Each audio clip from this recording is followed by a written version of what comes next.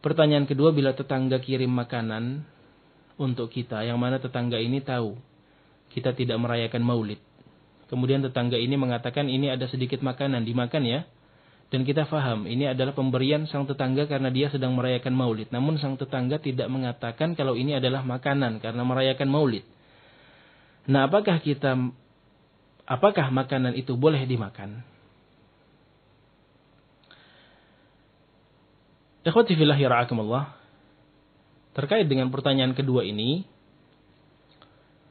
kalau kita memiliki keraguan untuk makan makanan tersebut, makanan yang memang dimasak murni untuk merayakan Maulidin Nabawi, ihtifal bi Maulidin Nabawi, yang mana pihak-pihak tersebut tidaklah memasak masakan besar, tidaklah membuat acara besar kecuali pada saat Maulid misalkan.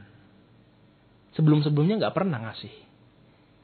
Pas acara Maulid ya subhanallah, buat acara besar kita tetangganya dikasih. Kalau seandainya kita ragu untuk makan atau tidak, maka kaidahnya kembali kepada hadis Nabi sallallahu alaihi wasallam. Apa kata beliau alaihi salatu wassalam? Da' ma yaribuk ila ma la yaribuka. Da' ma yaribuk ila ma la yaribuka. Tinggalkan apa yang membuat kamu ragu kepada sesuatu perkara yang kamu yakini. Kamu enggak ragu. Maka di sini ada dua perkara. Mana yang kita ragu, tinggalkan. Mana yang kita yakini, jalankan. Itulah petunjuk dari An-Nabi sallallahu alaihi wasallam. Wa khairul hadi hadi Nabi sallallahu alaihi wasallam. Kalau urusan menerima atau tidak, insyaallah sudah masyhur. Artinya kalau kita menolak akan mendatangkan mafsadat yang lebih besar, fitnah yang lebih besar. Kalau menerima atau tidaknya ya tentunya kita menerima, menghargai dalam tanda kutip pemberian yang diberikan oleh tetangga tersebut. Tapi sudah ada di dalam rumah kita, kemudian kita ragu untuk memakannya, maka jangan lewati keraguan tersebut. Kembali kepada petunjuk Nabi, tinggalkan apa yang meragukan kita. Jadi diapakan? Dibuang. Tabzir. Maka ini adalah sebuah hal yang harus difahami kembali. At-tabzir itu memang sebuah hal yang tercela.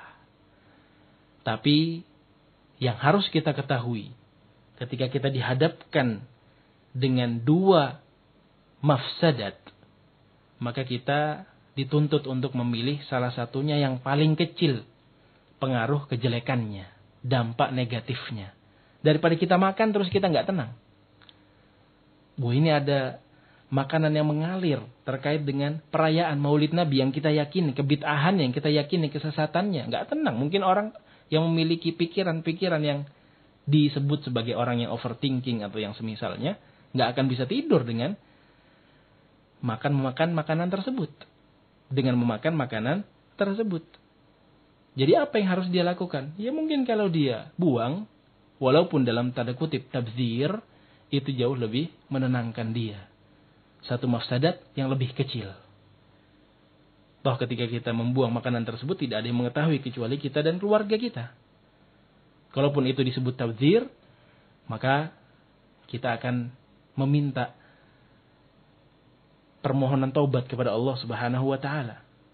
Karena kalau kita dibandingkan dengan harus makan makanan tersebut tanpa adanya rasa tenang, apalagi menabrak, melanggar apa yang kita ragu, maka khairul huda huda nabiyina Muhammadin sallallahu alaihi wa ala alihi wasallam.